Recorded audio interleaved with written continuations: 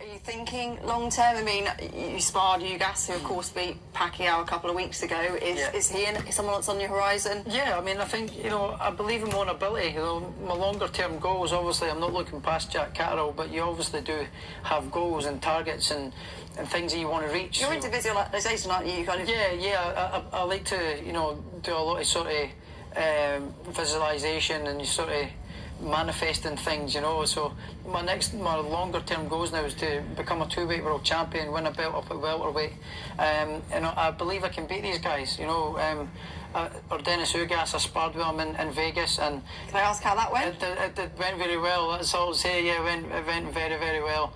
I dropped him one time as well, so I'm pretty confident if that fight came around. I've got more experience now as well. I've been in big fights now.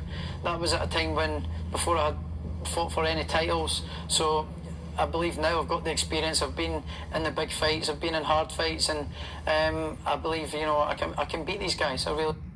Those are the words of Josh Taylor as he reveals that he dropped Yordenis Ugas in sparring, and he said this was before he had any belts or anything, and now he is the undisputed light welterweight champion of the world. Listen, this has to be another edition of Sparring Wars. Why? Because the Sparring Wars is the cornerstone, it's the foundation of any fight. Any fighter, you're going to fight in sparring like you're going to fight on that night. Okay, that's what's going to happen. People say it means nothing. We'll tell that to the person that died in 2019. God bless the dead. Okay, you're getting punched. You're taking punishment. You're getting hit. Okay, you just have a cushion around your head, which, in fact, that's really not even a good thing now. The researchers have researched that using sparring headgear only gives you a target for your head, so it's not actually good for you.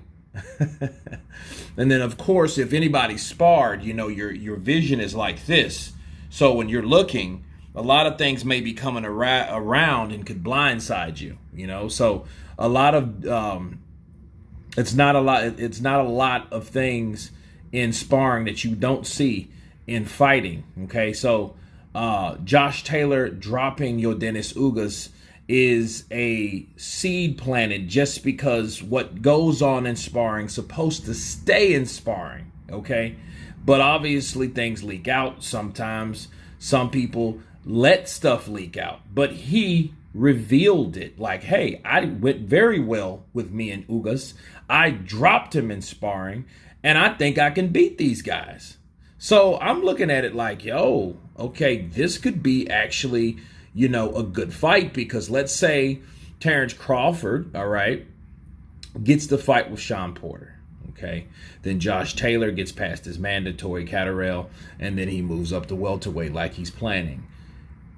Ugas may not fight Pacquiao because Pacquiao hasn't decided if he's going to fight again. So since he's the WBA, he might want to take on Ugas, and it might have pissed Ugas off knowing that Josh did spill the beans on dropping him, because again, what goes on in sparring stays in sparring. We know things get leaked out at times, but it's never, hardly ever from the fighter.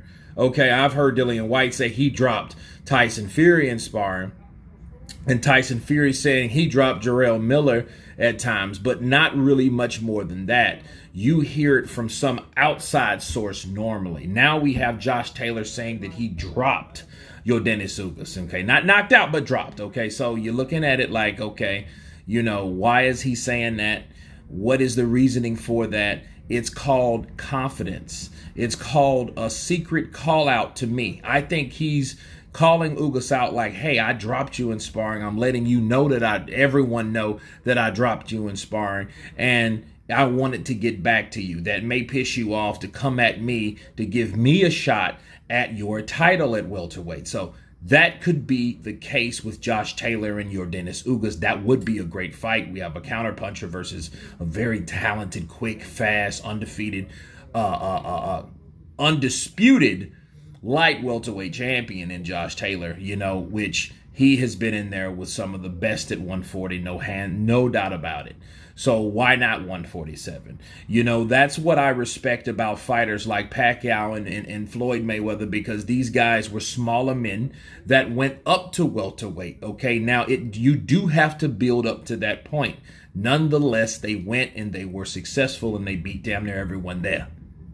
Counterpunch. But anyway, you guys tell me what you think of Josh Taylor revealing him dropping Yordenis Ugas. Of course, please subscribe. And you guys been Counterpunch. Peace.